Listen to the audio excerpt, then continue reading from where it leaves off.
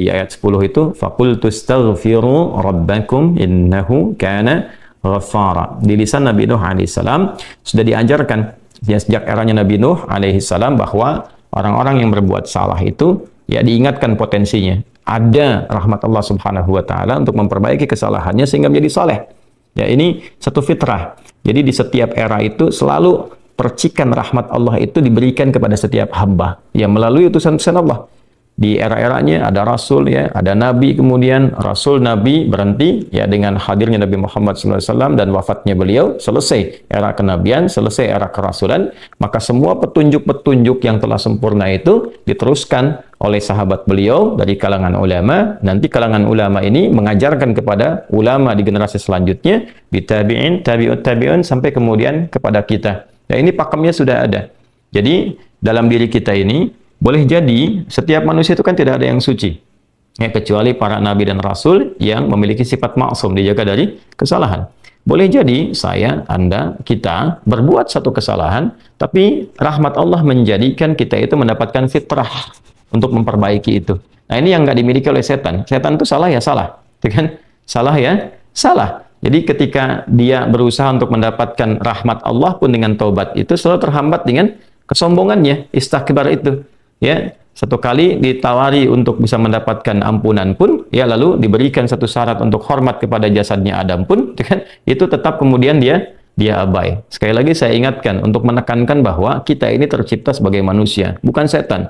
Ya, sepanjang kita menyadari kita manusia dan berbuat salah, maka aktifkan sinyal taubat itu. Ya, sejak di era sebelumnya, bahkan di era Nabi Adam alaihissalam turun ke muka bumi, kemudian juga berkeluarga, ya risalah-risalah tentang taubat itu selalu kemudian disampaikan. Nah, di era Nabi Nuh alaihissalam, Rasul pertama. Jadi kalau Adam itu Nabi yang pertama, Nuh alaihissalam Rasul yang pertama. Umatnya salah. Maka dengan kasih Allah Subhanahu wa ta'ala, diturunkanlah kemudian pengingat. Ya, lewat fitrah kemanusiaan ini. Lewat Nabi Nuh alaihissalam disampaikan, فَقُلْتُ اسْتَغْفِرُوا رَبَّكُمْ إِنَّهُ كَانَ غَفَّارًا. Ya, maka aku tegaskan kepada kalian, istaghfiru rabbakum, cepat istighfar, cepat balik lagi. Ambil kalimat-kalimat ampunan, ambil kalimat-kalimat tobat ya dari Allah Subhanahu wa taala, menggunakan Rabb tuh yang telah menciptamu, merawatmu, menyayangimu, mengingatkan. Jadi Rabb itu ada nilai-nilai rububiyah di dalamnya. Ya, ada sifat-sifat rububiyah. Ya, bukan sekedar mencipta, tapi juga merawat, memberikan perhatian, memberikan kebutuhan. Kalau dalam bahasa bebasnya Allah seakan ingin mengatakan, hei, aku kan yang cipta engkau, ya kan? Engkau berbuat salah, aku berikan kesempatan untuk saleh. Aku kirimkan di kalimat taubat, aku berikan kesempatan untuk memperbaiki diri. Kenapa engkau nggak ambil, ya kan? Ya, indah sekali gitu. Ya, aku ciptakan engkau salah, aku berikan jalan saleh. Kenapa ketika aku berikan jembatan untuk memperbaiki diri, engkau tidak ambil? Maka lewat Nabi Nuh alaihissalam, sejak di era kerasulan pertama itu diingatkan sampai nanti puncaknya di era Nabi Muhammad sallallahu alaihi wasallam. Faqultu astaghfiru rabbakum innahu kana ghaffara. Kata Nabi Nuh alaihissalam, aku tegaskan, innahu kana ghaffara. Sungguh Allah Subhanahu wa taala itu telah menetapkan pada dirinya bahwa Ia Maha mengampuni seluruh dosa-dosa. Jadi ada ghafir, ya, ada ghaffar, ada ghafur, dan nanti dilekatkan dengan rahim pada puncaknya. Ya.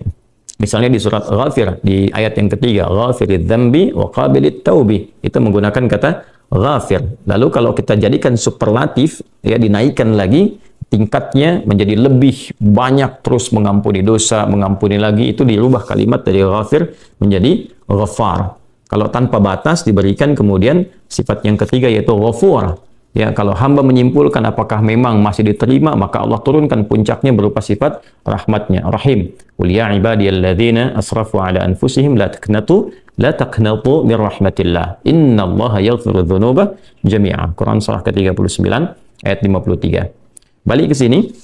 Ya, jadi ini gambaran yang pertama.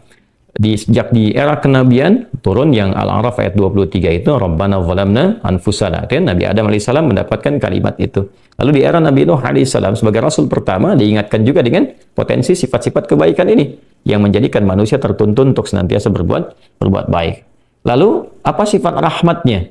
Ya, kalau kita kembalikan ke konstruksi Al-Baqarah ayat 37, tadi kan saya katakan di awal ya, Allah menegaskan seorang yang taubat ingin merubah dirinya dari salah menjadi saleh, bukan sekedar dituntun oleh Allah, tapi juga dipercikan kasih sayang Allah kepadanya. Rahmat Allah diberikan.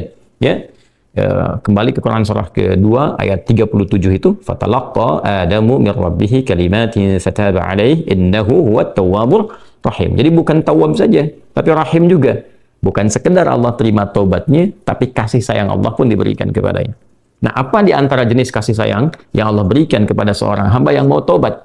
Ya, maka diteruskan ayatnya sampai 12 di sini. Imam Al-Bukhari menyantumkan di sini sampai ayat 12. Yursilis samaa 'alaikum midrara wa yumdidkum bi amwalin wa banina wa yaj'al lakum jannatin wa yaj'al lakum anhara. Allahu akbar. Ya, justru di sini teman-teman sekalian, istighfar itu ya permohonan ampun kepada Allah Subhanahu wa taala, ya, permohonan rahmat Allah Subhanahu wa taala, kembali kepada Allah, mengoneksikan diri kita kepada yang Maha Baik. Itu diantara percikannya adalah mendapatkan lapangan kebaikan. Yursilis samaa 'alaikum bidrara. Ya, walaupun Anda mendapatkan kesulitan dalam berkehidupan, bahkan yang sifatnya luas ya secara sosial. Kalaupun tanahnya gersang, ya, kalaupun kemarau berkepanjangan, itu ternyata dengan satu daerah itu, satu desa itu, satu wilayah itu mengoneksikan diri mereka kepada Allah, beristighfar. Ini faedahnya istighfar. Dengan beristighfar kepada Allah, taubat dari maksiat, ternyata bisa mendatangkan rahmat bukan hanya untuk pribadinya, untuk satu wilayah. Ya, ini pelajaran dari Quran. Ya, Allah akan memberikan kesan begini, jangankan bagi setiap personalnya, setiap orangnya. Ya kan? Ada masalah sekampung pun, contohnya kekeringan misalnya, contohnya kemarau, lalu sekampung itu, ya, atau ada orang-orang soleh di situ yang membiasakan taubat kepada Allah, istighfar kepada Allah, mengoneksikan dirinya kepada Allah, ya kan? Itu luar biasa, percikan rahmat Allah. Ya, apa di antaranya? Yursilis sama ya 'alaikum midrara. Allah memerintahkan kepada langit itu untuk menurunkan hujan. Ya, dengan curah yang memberikan maslahat. Kemudian wa yumdidkum bi amwalin wa banina. Ya, lantas kemudian melapangkan kepada engkau urusan hartamu. Ya, bahkan memberkahi engkau dengan keturunan-keturunan yang baik. Jadi Masya Allah, ya, orang tua yang rajin istighfar, suami yang rajin istighfar, itu ternyata bukan sekedar menjadikan ia mendapatkan penerimaan taubat. Dia berhenti dari perbuatan maksiat, usaha-usaha yang tidak baik, dagang yang tidak benar, dengan perbuatan curang, ya, perbuatan menipu, perbuatan-perbuatan yang tidak elok, korupsi, jauhi potensi itu. Disogok dia hindari, diajak korupsi dia jauhi dan sebagainya. Lalu konsisten pada kebaikan dan dia isi dengan istighfar. Astaghfirullahaladzim, astaghfirullahaladzim, Rabbana zalamna anfusana wa illam taghfir lana wa tarhamna lanakunanna minal khasirin. Dia konsisten pada kebaikan itu, wa yumdidkum bi amwal. Allah akan lapangkan dia pada harta-harta yang lebih berkah. Allahu akbar. Ya, jadi diberikan kelapangan dulu pada dirinya, kemudian diberkahi hartanya. Jadi berapapun yang dia dapatkan, Allah berikan berkah padanya, sehingga dia merasakan kebahagiaan dengan harta itu. Kan ada orang yang merasa seperti kelihatan banyak, tapi tidak menikmatinya. Ya, baik itu boros, baik itu merasa kayaknya banyak tapi nggak kepake. Ya, barang-barang habis beli ini lagi, tapi memuaskan nafsunya saja. Ya, temannya ngajak begini, dia harus terpaksa beli. Kadang-kadang ngutang, atau mungkin dia dapatkan sesuatu tapi jalan-jalan yang haram, jalan yang salah. Dia tidak menikmatinya, dan ini yang paling bahaya. Ya, ini yang paling bahaya. Lawan lapang kan sempit. Jadi hartanya kayak banyak, tapi menyempitkan kehidupan rumah tangganya. Ya, hubungan suami istri jadi nggak enak, dengan anak jadi nggak nyaman. Itu ciri keberkahan biasanya. Ya, ciri keberkahan yang tidak didapatkan. Jadi kalau berkah itu dapat, walaupun terlihat kuantitasnya nggak sama dengan orang, dia 100 juta, ini 1 juta, tapi kenikmatannya luar biasa. Ya, di rumah ada kebahagiaan, hubungan menjadi nyaman, apa yang ditata itu bermanfaat, yang dimakan menjadi daging, dari daging itu terkonstruksi menjadi pengetahuan, jadi macam-macam, jadi energi, ya energinya dipakai pada kebaikan. Sebaliknya yang terlihat seperti banyak, kayaknya banyak nih, ya, tapi tidak memberikan kebahagiaan. Di rumah nggak bahagia, tidak memberikan dampak energi positif, ke ibadah jadi malas. Ya, itu ciri-ciri pertama kalau harta kurang berkah itu, apalagi tidak berkah, itu pasti menurun kesolehannya, meningkat kesalahannya. Pasti itu. Ya, jadi mulai menurun nih, sholat mulai menurun, baca Quran mulai menurun. Nah, kesalahan mulai meningkat. Makan mulai salah, minum mulai salah. Yang tadinya minum yang baik-baik, sekarang minum yang tidak baik dan sebagainya. Nanti kalau sudah begini, pasti hubungan di rumah tangganya pun nggak akan jadi baik gitu. Ya, dan itu akan terbawa dalam kesempitan. Nah, cara untuk mengatasi itu, ini balik ke Quran surah Nuh tadi, di ayat 10 sampai dengan ayat 12. Kalau kita menyadari kemudian itu salah, lantas ingin memperbaiki diri, kembali kepada Allah, perbaiki diri kita, ya, lalu mengingat Allah, menyesali apa yang telah dilakukan, berjanji untuk berbuat baik, itu tidak tanggung apa yang Allah jawab. Ya, Kalaupun ada satu kelapangan yang tidak berkah tadi, diganti oleh Allah, dihilangkan yang kurang baiknya, dilapangkan dengan yang baik-baiknya. Lalu setelah itu dijaga keluarganya. Jadi memberikan kesan bahwa ada hubungan yang korelasi secara langsung antara harta dengan keluarga, dengan anak keturunan.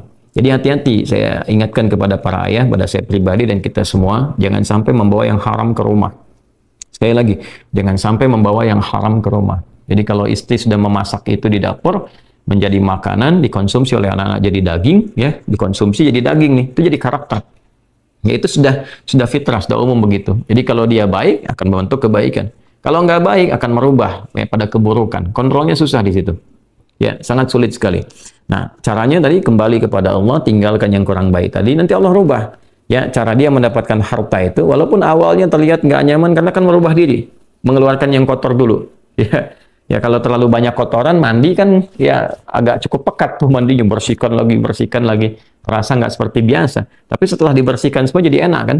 Nah itulah agama begitu, dibersihkan yang kotor itu kayaknya awalnya nggak enak, tapi kemudian hati jadi lapang. Yang diberikan kelapangan hati dulu. Ya begitu hatinya lapang, baru nanti Allah buka jalan.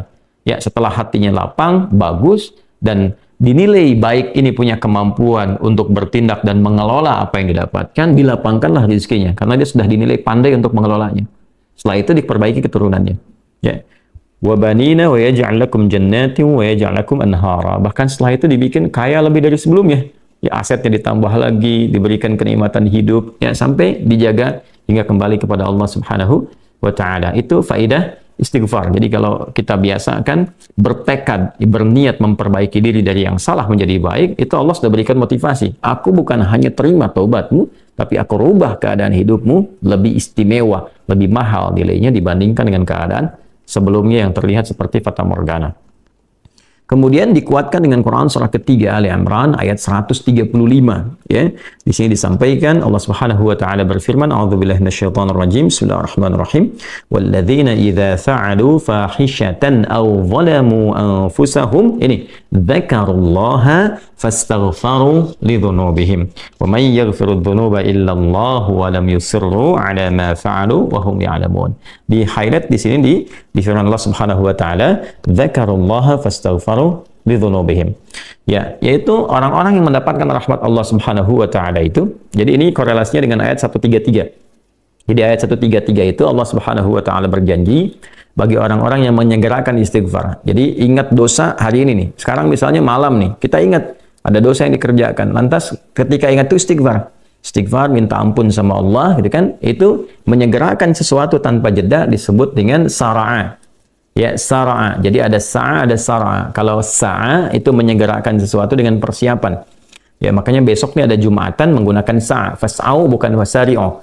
Ya, ya ayyuhalladzina amanu idza nudiya lis-salati min yaumil jumu'ati fas'au bukan fasari'u. Fas'au itu Quran surah Al-Jumu'ah. Ya, Al-Jumu'ah di ayat yang keberapa? Ayat 9, kan? Allah menyampaikan fas'au ila dzikrillah. Bersegera, tapi siap-siap dulu. Mandi dulu, pakai wangian dulu dan seterusnya. Tapi kalau dia bersegera cepat, nyaris tanpa jeda, itu menggunakan sarah. Sehingga guru-guru mengatakan bisurah, cepat, nggak usah banyak jedanya, ya kan? Nah, di Ali Imran ayat 133 Allah berfirman, wasari'u ila maghfiratin min rabbikum. Kalau engkau merasa ada salah, bergegas, jangan tunda-tunda. Ya ingat malam ini, jangan tunda besok. Gimana kalau kemudian tengah malam meninggal? Ya segera istighfari. Nah orang yang menyegerakan istighfar saat ingat kesalahan, apa yang didapatkan? Wa jannatin arduha as-samawati wal ardu uiddat lil muttaqin. Maka orang ini akan diberi harapan oleh Allah, ya diperkenankan untuk memohon, bahkan ketika pulang disiapkan surga untuknya seluas langit dan bumi. Dan itu bagian dari sifat takwa. Jadi takwa itu bukan sekedar amar ma'ruf. Saat Anda ingat sholat, Anda ingat puasa, ingat baca Quran. Tapi takwa juga ada bagiannya nahi mungkar. Saat Anda ingat salah, lalu Anda taubat. Ya, saat Anda ingat salah, Anda pengen jadi soleh. Saat Anda ingat maksiat, Anda ingin taubat. Itu bagian dari takwa. Nah, bagaimana kemudian cara mengimplementasikan itu semua? Nah, ini poinnya. Ya, walladzina idza fa'alu fahishatan aw zalamu anfusahum dzakarullaha fastaghfaru lidzunubihim. Itu orang-orang. Ini menggunakan, sering diterjemahkan dengan orang-orang yang, gitu kan? Walladzina, alladzina disebutkan 1080 kali dalam Al-Quran setidaknya. Ya mencakup semua tanpa batas. Laki-laki, perempuan, besar, kecil, tua, muda, punya jabatan, tak punya jabatan, semua tanpa kecuali. Artinya, semua orang dengan keadaannya, berpotensi berbuat salah. Ya, kecuali tadi Nabi dan Rasul yang punya sifat maksum. Ya, Allah jaga dari kesalahan. Kita yang bukan Nabi, bukan Rasul, itu berpotensi salah. Apapun profesinya, apapun jabatannya, apapun tugasnya, berpotensi salah. Ya, pun demikian termasuk saya. Pasti salah, pasti. Nggak ada yang nggak salah. Jadi kalau ada yang mencari kesalahan, misalnya saya pribadi, pasti menemukan. Pasti. Dan percuma mencari kesalahan manusia. Karena pasti ditemukan. Ya, dan ini catat yang paling penting. Hindari mencari-cari kesalahan itu karena kita tidak tahu bahwa mungkin ketika seorang divonis salah itu dia sudah mengistighfari, sudah mentaubatinya. Ini poin besarnya. Hati-hati gitu ya, hati-hati. Karena itu Nabi selalu menganjurkan mencari kebaikan orang, menyebutkan, meneladaninya, alih-alih mencari kesalahan seseorang. Ya kenapa? Karena pasti ditemukan. Tapi yang tidak pasti itu, kita nggak bisa memastikan orang itu sudah taubat atau belum. Yang paling bahaya adalah mencela orang, mencari kesalahan orang, mencaci orang yang sudah dia taubat dan taubatnya diterima orang, diterima Allah Subhanahu wa taala. Hati-hati ya, mencari kesalahan orang, mencela orang, ya kan? Yang dia sudah mentaubati kesalahannya dan taubatnya diterima oleh Allah Subhanahu wa taala. Allahu akbar. Itu azim, itu hati-hati ya. Ya, sesuatu yang besar sekali dosanya di sisi Allah Subhanahu wa taala. Nah, ini kembali ke sini ketika seseorang dia sadar berbuat salah, dia salah. Alladzina, semua orang potensi salah. Ya, idza fa'alu fahisyah, ketika dia berbuat fahisyah. Ya, fahisyah itu pernah saya sampaikan ya, turunannya nanti fahsya namanya. Jadi sifat kesalahan yang muncul dari syahwat. Ya, mohon maaf, zina, pornografi, porno aksi, kata-kata jorok, kata-kata kotor dengan semua bentuknya. Baik itu di media sosial, digital ataupun juga di praktikal yang nampak secara fisik misalnya, itu jelas salah. Jelas dosa. Ya, al-zalamu anfusahum, atau bentuk mungkar, menempatkan suatu bukan pada tempatnya. Ya, mohon maaf, ya, mencuri, merampok, membunuh, ya, korupsi, hoax dan sebagainya, itu zalim, perbuatan zalim. Nah, saat seseorang berpotensi salah, ya, dari fahsya dan mungkarnya, dia berbuat perbuatan dari dorongan syahwatnya atau mungkar dari keinginan nafsu perut dan akalnya, dia berbuat yang salah, lalu zakarullah, dia ingat Allah. Nah, ini poinnya. Ini menarik sekali nih. Ini menarik sekali. Kok lanjutan ayatnya zakarullah? Bukan dia sadar bahwa dia itu telah berbuat salah. Kenapa zakarullah? Ini poinnya. Ya. Karena Allah ingin selalu menautkan sifat seorang hamba menjadi baik itu dengan rahmatnya. Ini poinnya. Jadi kalau bukan rahmat Allah Subhanahu wa taala, mustahil kita bisa mengarah pada kebaikan. Allahu akbar. Ya, lillah karena Allah. Lillah karena Allah. Ya, jadi orang-orang yang bertaubat dengan merasakan rahmat Allah itu beda. Dengan sekedar dia pengen memperbaiki, lain rasanya, lain. Ya, jadi kalimat zakarullah itu mahal sekali. Jadi ingin memberikan dampak kesadaran kepada kita bahwa hey, Allah tuh nggak ninggalkan kamu. Ya, Allah tahu kamu salah, tapi sepanjang nyawa kamu belum sampai ke kerongkongan, kamu diberi potensi untuk taubat. Ayo taubat. Kan sering saya ungkapkan, Firaun saja, Firaunnya dikirimkan 2 nabi, Musa dan Harun. Ya, sebagai keadilan Allah, kasih Allah dan adilnya untuk memberikan hidayah. Ya, sampai titik puncak kan nyawanya di kerongkongan. Cuman sayang kan dia sendiri yang memilih untuk tidak mengambil hidayah itu. Sampai nyawanya di kerongkongan. Sampai tenggelam itu. Nah, itu sudah disampaikan informasinya, kisahnya, jejak sejarahnya sampai sekarang diabadikan supaya seluruh anak cucu Adam itu sadar jangan berbuat yang seperti itu. Ya, sekali lagi hanya setan yang tidak kenal taubat. Zakarullah, dia ingat Allah. Nah, sekarang tinggal kita mempelajari ketika ingat Allah itu apa yang harus dihadirkan. Tadi poinnya. Allah tawarkan kita bukan hanya sekedar jadi baik, rahmat dibuka, kasih sayang dibuka, kelapangan hati dibuka. Ya, makanya saya barangkali juga ingin menekankan materi-materi semacam ini, yaitu penting untuk disampaikan ya kepada saudara-saudari kita barangkali yang sekarang dengan kasih sayang Allah itu ya diisolasi di satu tempat seperti lapas misalnya, lembaga permasyarakatan. Boleh jadi itu kasih Allah untuk diperbaiki sehingga dia konsisten bisa berbuat baik saja di dalam. Ya, terjaga dari perbuatan-perbuatan di luar, dikontrol supaya bisa kembali pada jalan yang baik. Dia bisa di dalam, bisa memperbaiki diri, istighfarnya enak, bisa ngaji, kadang ketemu ke masjid dan sebagainya. Kalau ini dimanfaatkan dengan baik, Allahu Akbar, Allah kasih kelapangan. Ya, walaupun mungkin tinggal di tempat yang sempit, terasa kemudian dibatasi dengan sel-sel, tapi hatinya lapang, itu luas, megah, dan jadi nikmat. Ya, orang butuh waktu untuk menghafal, butuh suasana. Anda punya tempat yang cukup ideal untuk menghafal Quran, memperbaiki diri, dan fikihnya ada kan? Dan Dan sangat jelas sekali kenapa di antara kisahnya Nabi Yusuf alaihissalam ya diizinkan oleh Allah untuk masuk ke dalam ruang itu untuk memberikan sebuah pencerahan sehingga menemukan modelnya. Ini model orang salah yang mau jadi saleh. Bahkan setelah itu dia keluar dan diangkat jadi pembantunya raja, kan pada masa itu asisten rumah tangganya raja. Naik gitu dari sosok yang salah ya, kemudian dia tobat mengambil petunjuk dari Nabi Yusuf alaihissalam, dia berubah jadi orang hebat setelah itu. Ya, jadi asisten rumah tangganya raja. Itu luar biasa gitu. Ya, tapi yang memilih kemudian untuk jalan-jalan keburukan tetap bertahan di dalamnya selesai gitu. Ya, ini tawaran sesuatu yang indah ya. Bahkan ada juga yang terakhir ini yang paling luar biasa. Orang yang sudah mendapatkan ancaman hukuman ya sampai kemudian juga mengakhiri kehidupannya, tapi dia mau bertobat. Ya. Maka dia bisa mengakhiri kehidupannya itu dengan apa yang telah ditetapkan. Misalnya kan kita nggak tahu garis takdir itu bagaimana. Ya, wallahu alam, tiba kemudian manusia memberikan hukuman, tapi Allah dengan kehendaknya merubah itu semua, bisa berubah. Ya, tapi kemudian kalau itu bersamaan dengan takdir yang telah Allah tetapkan, dia menjadi baik. Jadi di Islam itu selalu ada solusi. Selalu ada solusi dan pedomannya mengantarkan pada kebahagiaan. Itu poin tertingginya.